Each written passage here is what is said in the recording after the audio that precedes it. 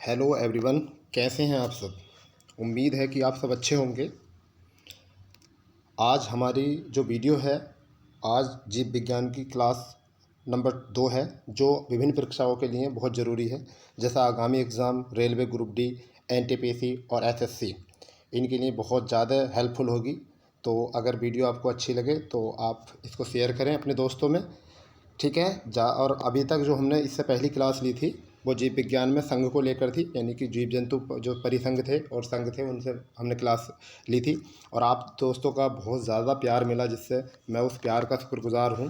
और यही प्यार आगे को इसी तरीके से बनाए रखना।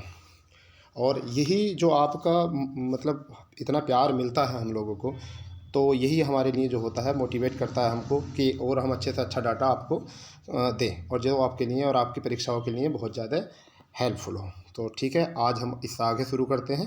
ठीक है, आज का हमारा जो वर्ग है वो है मोलास्का वर्ग। ठीक है, इसके बारे में थोड़ी सी बात कर लेते हैं कि मोलास्का वर्ग, इन वर्गों का जो शरीर होता है वो मुलायम होने के कारण, यानी कि इसका नाम जो बना है, इसके सबसे पहले आप ये ध्यान रखें कि मैं जो भी बातें एक्स्ट्रा इसमें बताऊं उनको भी आप अपने मतलब कॉपी पेन लेकर बैठें और नोट डाउन करते चलें। इन जीवों का जो शरीर होता है मुलायम होने के कारण इन्हें मोलास्का कहा गया। यानी कि इनके वर्गों का नाम जो मोलास्का पड़ा है, उसका एक रीज़न ये है कि ज़्यादातर जो है यहाँ के इस वर्ग के जीव होते हैं, उनका शरीर जो होता है मुलायम होता है, और इसी कारण इसका जो नाम पड़ा वो पड़ा मोलास्का। इस संघ के मैक्सिमम जीव, देखिए यहाँ पर अगली इंपॉर्टेंट फैक्ट जो है वो क्या है, इस संघ के मैक्सिमम जीव जो होते हैं वो समुद्री होते हैं, और कुछ स्वच्छ एवं स्थलीय में भी, यानी स्वच्छ जल में एवं स्थल में भी पाए जाते हैं। ठीक, इनकी एक खास बात ये हो सकती है कि इन जीवों के जीवों में जो श्वसन होते हैं, श्वसन जो होते हैं वो गिल्स के द्वारा होते हैं। ठीक है, एक बार फिर देखेंगे कि मोलास्का द्वीप में जो होते हैं, सॉरी वर्ग में जो होते हैं वो होते हैं, इन जीवों का शरीर मुलायम होने के कारण का नाम जो है मोलास्का कहा गया। ठीक, और इनका जो श्वसन है वो गिल से होता है। जैसे एग्जाम्पल के तौर पर सबसे इंपॉर्टेंट और बहुत इंपॉर्टेंट हो सकता है ऑक्टोपस। ठीक है, इसे डेविल फिश भी कहा जाता है। डेविल माने क्या होता है आपको पता ही है। ठीक है, डेविल फिश भी कहा जाता है। चलो इसकी थोड़ी सी अगर हम बात करें इसके बारे में, तो देखिए इसे डेविल फिश भी कहा जाता है। और ये ऑक्टोपस जो होता है वो रात्रिचर होता है। ऑक्टोपस जो होता है, बार बार आप इसे गौर से सुनना, ऑक्टोपस क्या होता है, ये रात्रिचर होता है, और यह नर एवं मादा दोनों प्रकार का होता है।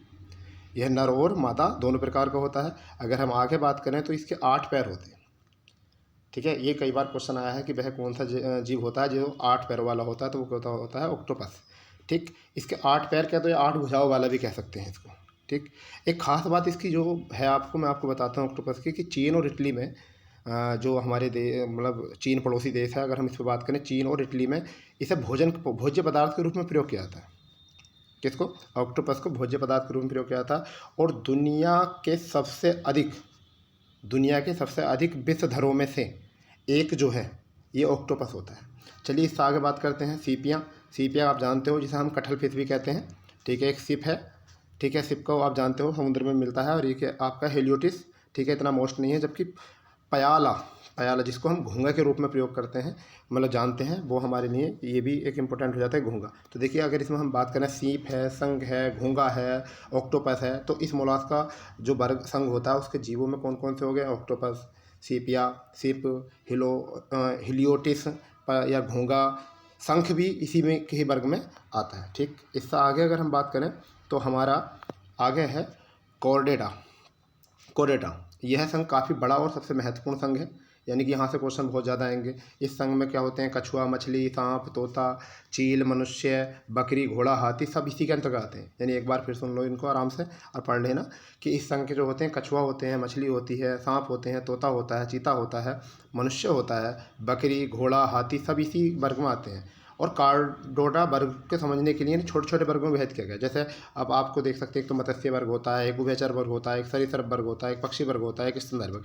मत्स्य वर्ग क्या होता है, जो मछली यानी कि जल में रहते हैं। उभयचर जो होते हैं जल और थल में रहते हैं। सरीसृप वो होते हैं जो रेंग के चलते हैं।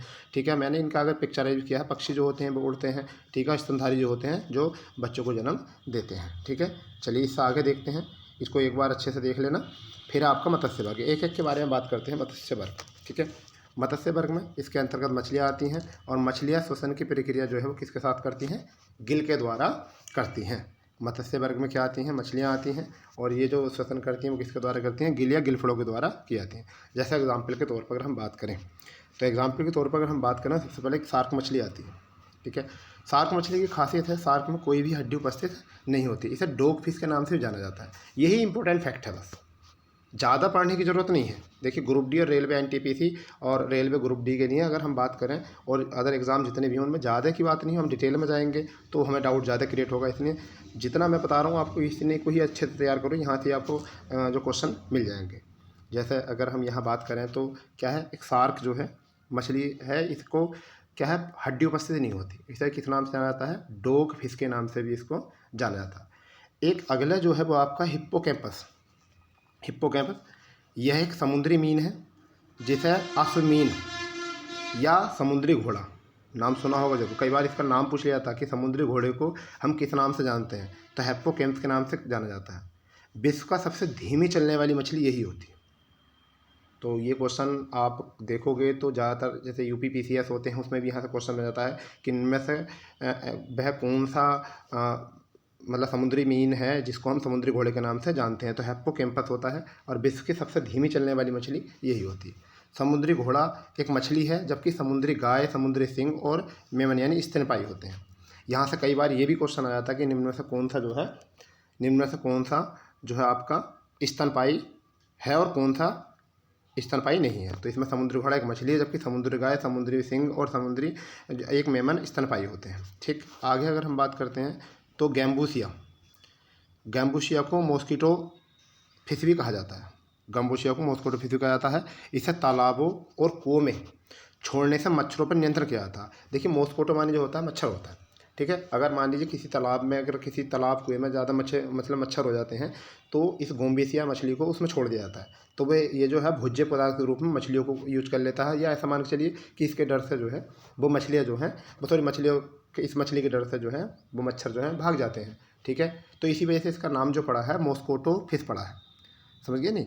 एक बार और सुनो, गैम्बूसिया को किस नाम से जाना जाता है, मॉस्किटो फिश के नाम से भी जाना जाता है।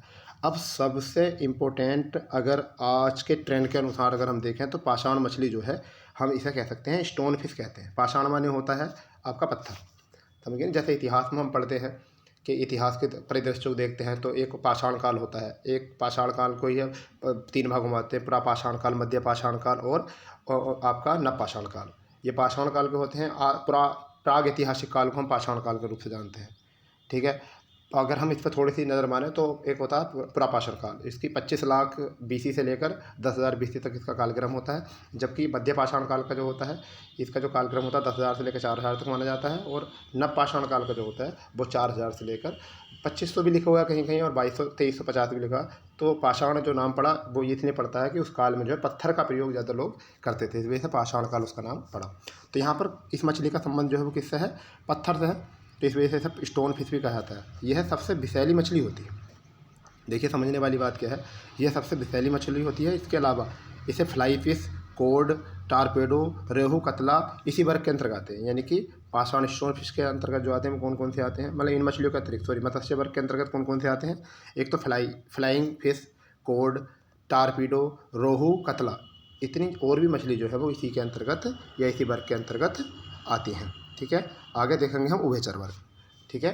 हम कौन सा देख रहे हैं आप, उभयचर वर्ग, ठीक है। इसमें भी देखेंगे इस वर्ग के सदस्य जल और थल दोनों में पाए जाते हैं, इसलिए इसका नाम जो है एम्फीबिया या उभयचर, यानी उभयचर को हम क्या कहते हैं, एम्फीबिया भी कहा जाता है। देखिए आजकल के एग्जाम में जो है जो सीधे सीधे शब्द होते हैं वो परीक्षा में नहीं आते, और स्टूडेंट को कहाँ गलती होती है, जैसे उभयचर ने दिया, उन्होंने ये दे दिया कि इनमें से कौन सा जो उदाहरण है वो एम्फीबिया का उदाहरण है। अब बच्चों को पता ही नहीं एम्फीबिया क्या होता है, उभयचर का पता था, अब इसमें ऑप्शन आएगा तो मेंढक को भी नहीं लगा पाते हैं। मतलब ऐसे जंतु इसमें आते हैं जो स्थल में भी रहते हैं और जल में भी रहते हैं, दोनों में रहते हैं, उन्हीं को हम क्या कहते हैं, हम उभयचर या एम्फीबिया कहते हैं।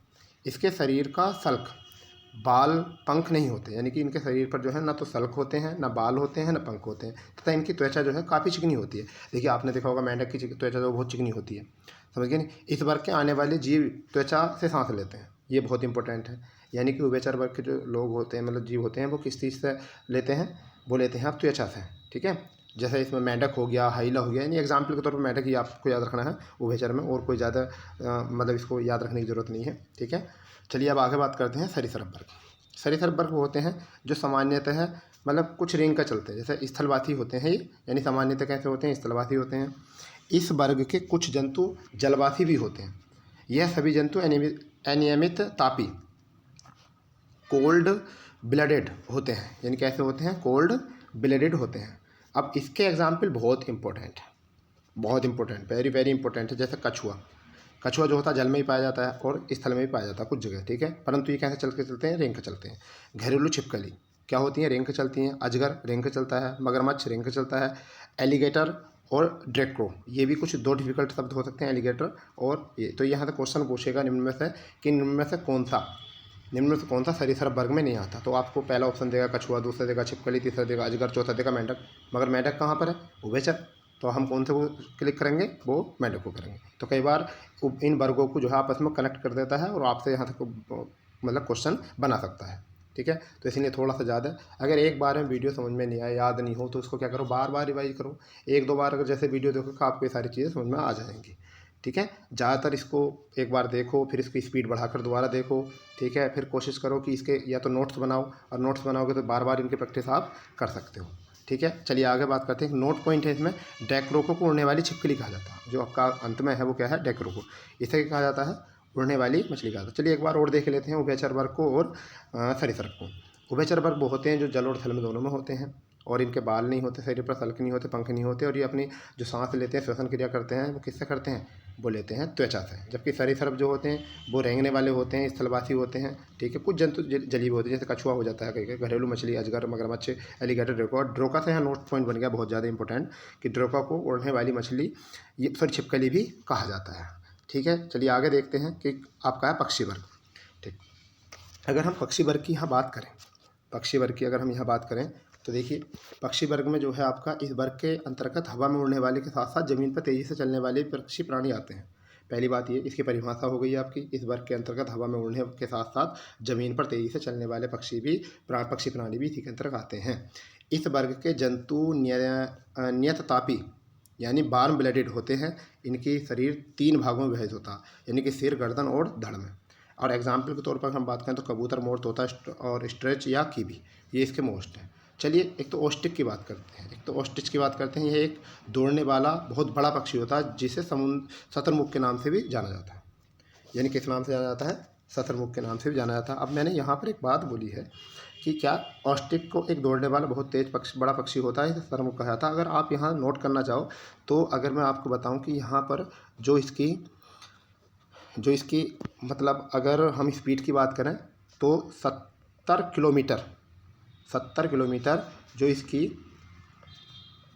स्पीड होती है, 70 किलोमीटर प्रति घंटा इसकी एवरेज स्पीड होती है, समझ गए नहीं। 70 किलोमीटर प्रति घंटा इसकी एवरेज स्पीड होती है, किसकी, शतुरमुर्ग की, समझ गए ना, किसकी होती है, शतुरमुर्ग की 70 किलोमीटर प्रति घंटा इसकी स्पीड होती है। इसी वजह से इसे तेज़ दौड़ने वाले कहते हैं। अब बात करते हैं आगे कीवी एक दौड़ने वाला पक्षी है जो न्यूजीलैंड में पाया जाता है। इसका वैज्ञानिक नाम जो है एपिटेरिक्स क्या होता है, एपिटेरिक्स होता है। और कीवी को जो है न्यूजीलैंड का राष्ट्रीय पक्षी भी कहा जाता है, ठीक है।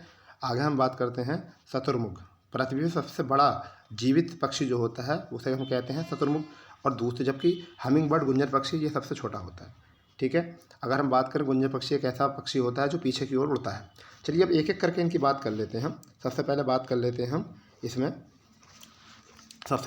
लेते हैं हेमिंग बर्ड की, ठीक है। शतुरमुर्ग की हम बात कर चुके हैं, हेमिंग बर्ड की बात कर लेते हैं। देखिए एवरेज पक्षी जो होते हैं उनकी जो लंबाई होती है वो 7.5 से लेकर 13.5 सेंटीमीटर तक होती है।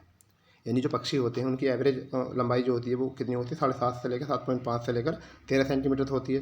परंतु गुंजन पक्षी या हेमिंग बर्ड अगर हम इसकी बात करें तो इसकी जो लंबाई होती है वो 5 सेंटीमीटर से लेकर 2.5 सेंटीमीटर तक होती है। इसी वजह से ससोटी पक्षी कहा जाता है इसको। फिर दूसरी बात इसकी अगर हम बात करें, इसका जीवन काल जो होता है वो 3 से 5 वर्ष होता है। तो यहाँ से क्वेश्चन आ सकता है कि गुंजन पक्षी जो होता है उसका जीवन काल कितना होता है, तो 3 से 5 वर्ष होता है। इसकी जो मतलब लंबाई होती है वो कितनी होती है, 5 सेंटीमीटर से 2.5 सेंटीमीटर तक होती है। जबकि एवरेज पक्षियों की जो होती है वो 7.5 से लेकर 13 सेंटीमीटर तक होती है, ठीक है। एक ये बात आपकी इंपॉर्टेंट होगी हेमिंग बर्ड की, ये जानते ही हो सबसे छोटा होता है गुंजन पक्षी। ये गूंगू की आवाज़ करती है, गुनगुन की आवाज़ करती है, इस वजह से इसका नाम जो है गुंजन पक्षी रह गया, ठीक है। अगर शतुरमुर्ग की बात कर रहे हैं हम पीछे, शतुरमुर्ग जो होता है वो सबसे बड़ा मतलब तेज़ी से जीवित चलने वाला होता है। और फिर इसका जो अगर बात करें 70 किलोमीटर प्रति घंटा इसकी स्पीड होती है। चलिए और आगे देखते हैं। आवालीव सॉरी, ये तेज़ी से उड़ने वाला पक्षी होता है। सभी पक्षियों में सबसे बड़ा अंडा शतुरमुर्ग का होता है, जबकि सबसे छोटा जो होता है हमिंग बर्ड का होता है। इतना कोई खास है नहीं। आगे हम बात करते हैं। भारत का राष्ट्रीय पक्षी मोर वैज्ञानिक नाम पोगो क्रेस्टेड होता है। ये भी आपको सभी बच्चों को जनरली इसके बारे में बात पता होती है।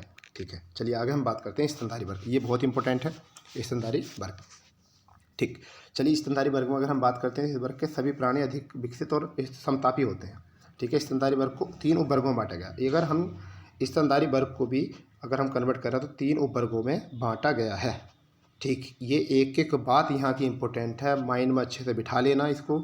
इतनी इंपॉर्टेंट बात है कि रेलवे में आपके लिए बहुत ज़्यादा हेल्पफुल होंगी। रेलवे नहीं, अभी इतने और भी ज़्यादा एग्जाम होंगे आपके, उनमें भी यहाँ से क्वेश्चन पूछ लिए जाते हैं। तो सबसे पहले बात करते हैं हम प्रोटोथीरिया।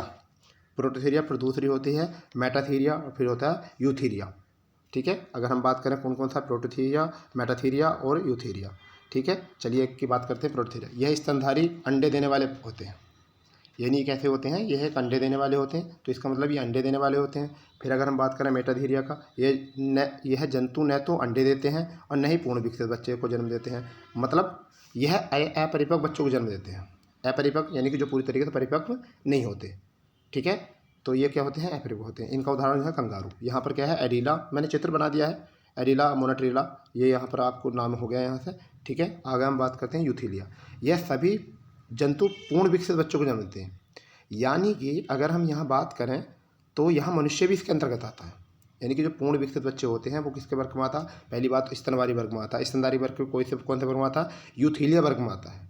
देखिए, अगर आपको वीडियो हेल्पफुल लगे और आपको लगे कि मैं कुछ यूनिक करा रहा हूँ, तभी आप इसको शेयर करें और लाइक करें और ज़्यादा से ज़्यादा हमको और मोटिवेट करें, जिससे कि हम और भी अच्छे से अच्छी वीडियो आपको प्रोवाइड करा सकें। ठीक है, आप लोगों के सहयोग से ही हमको जो है यहाँ पर एक तरीके से सपोर्ट मिलेगी, और यदि आप सपोर्ट करोगे तो हम भी आपके लिए बहुत ज़्यादा अच्छा मटेरियल लेकर आएंगे और अच्छे से अच्छा वो जो आपके लिए हेल्पफुल होगा। ठीक है, चलिए इसके उदाहरण की बात कर लेते हैं। जैसे चूहा हो गया, खरगोश, कुत्ता, बाघ, लोमड़ी, ब्लू व्हेल, भारतीय हाथी, मनुष्य, देखिए मनुष्य आ गए यहाँ पर, चमगादड़, डॉल्फिन, कपी, समुद्री गाय और समुद्री सिंह।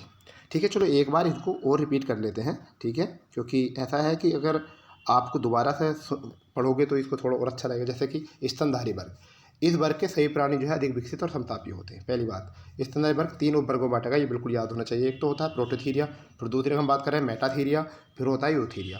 अगर आप इन वर्गों को याद नहीं करते हो, तो अगर नहीं भी सुनकर याद होते हैं तो एक बार कॉपी पेंसिल पर लिख लिया करो, जिसे हम शॉर्ट नोट्स कहते हैं। शॉर्ट नोट्स बनाओगे शायद आपको हेल्पफुल हो, क्योंकि देखिए कंपटीशन बहुत ज़्यादा है। ठीक है, अगर आप कुछ यूनिक करोगे जब भी आप अच्छा कर पाओगे। चलिए टाइम बर्बाद ना करें, इसको आगे बढ़ें, चलो आगे देखते हैं। तो प्रोटोथीरिया क्या होते हैं, इनकी एक लाइन में याद करिए। स्तनधारी अंडे देने वाले जो स्तनधारी होंगे, जो अंडे देंगे, वो क्या होंगे आपके प्रोटोथीरिया। जो न तो जंतु न अंडे यानी कि अपरिपक्व बच्चों को जन्म देते हैं, वो कौन होंगे, मेटाथीरिया।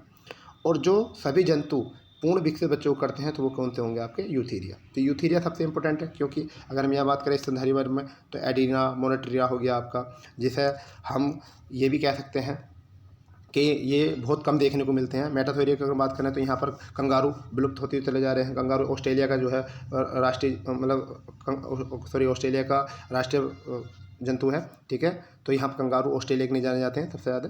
और यहाँ पर अगर हम बात करें यूथीलिया, तो यह सभी जंतु पूर्ण विकसित बच्चों को जन्म देते हैं। जैसे चूहा हो गया, खरगोश हो गया, कुत्ता, बाघ, लोमड़ी, ब्लू व्हेल, भारतीय हाथी, मनुष्य, चमगादड़, डॉल्फिन, कॉपी और समुद्री गाय, समुद्री हिरण। यहाँ पर एक नोट करके बहुत बड़ी बात है, यहाँ बहुत इंपॉर्टेंट है। जैसे ब्लू व्हेल सबसे बड़ा स्तनधारी प्राणी होता है, और स्नोर वो सबसे छोटा स्तनधारी होता है। स्नोर जो होता है वो सबसे छोटा स्तनधारी होता है।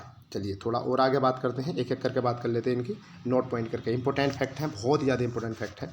ठीक है, चलिए इसके बारे में थोड़ा सा बात कर लेते हैं। क्या है कि पक्षी वर्ग और स्तन वर्ग दोनों समतापी होते हैं वाले जंतु होते हैं, मतलब जिनका शरीर ताप, वातावरण ताप से प्रभावित नहीं होता।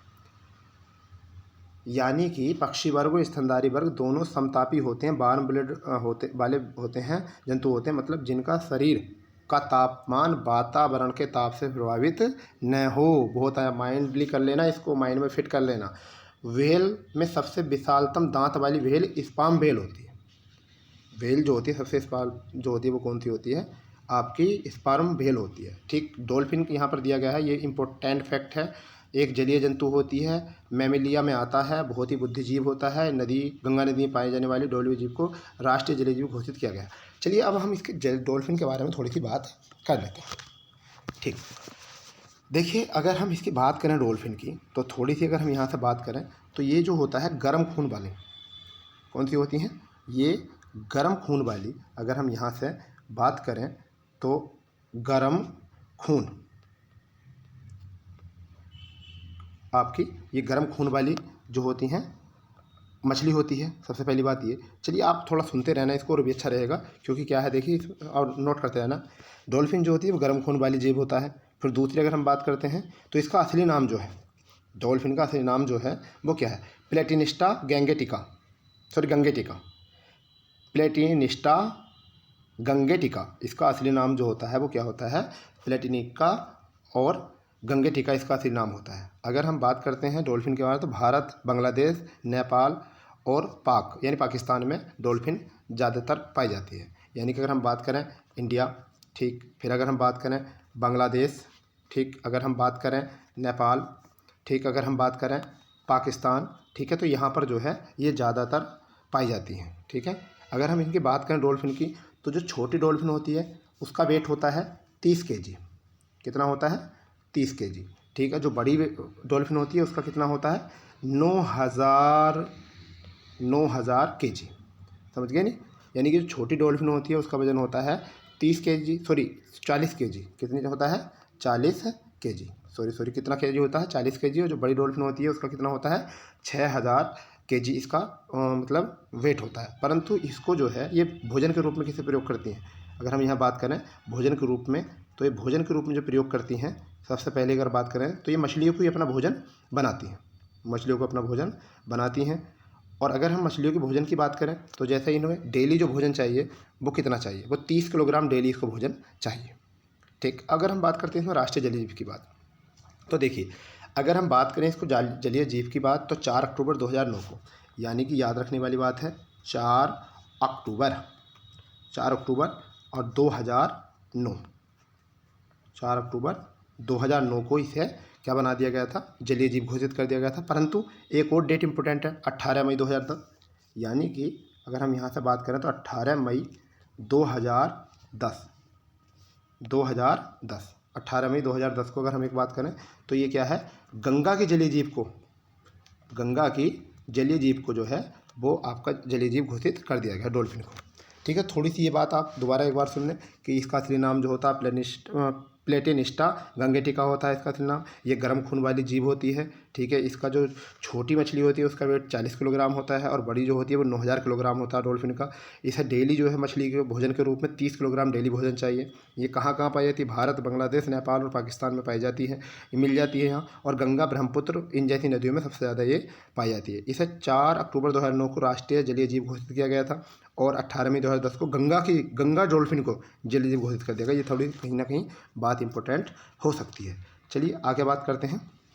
ठीक, आगे हम बात करते हैं बंदर। बंदर 2 प्रकार के होते हैं, समझिए, सॉरी, बंदर के जो होते हैं वो 2 वर्ग होते हैं। बंदर के जो होते हैं 2 वर्ग होते हैं, एक तो होता है कपी वर्ग और एक होता है बानर वर्ग। बानर वर्ग याद रखना बहुत इंपॉर्टेंट है, लंगूर जो होता है बानर वर्ग में आता है, समझ गए नहीं, लंगूर जो होता है वो किस में आता है, बानर वर्ग।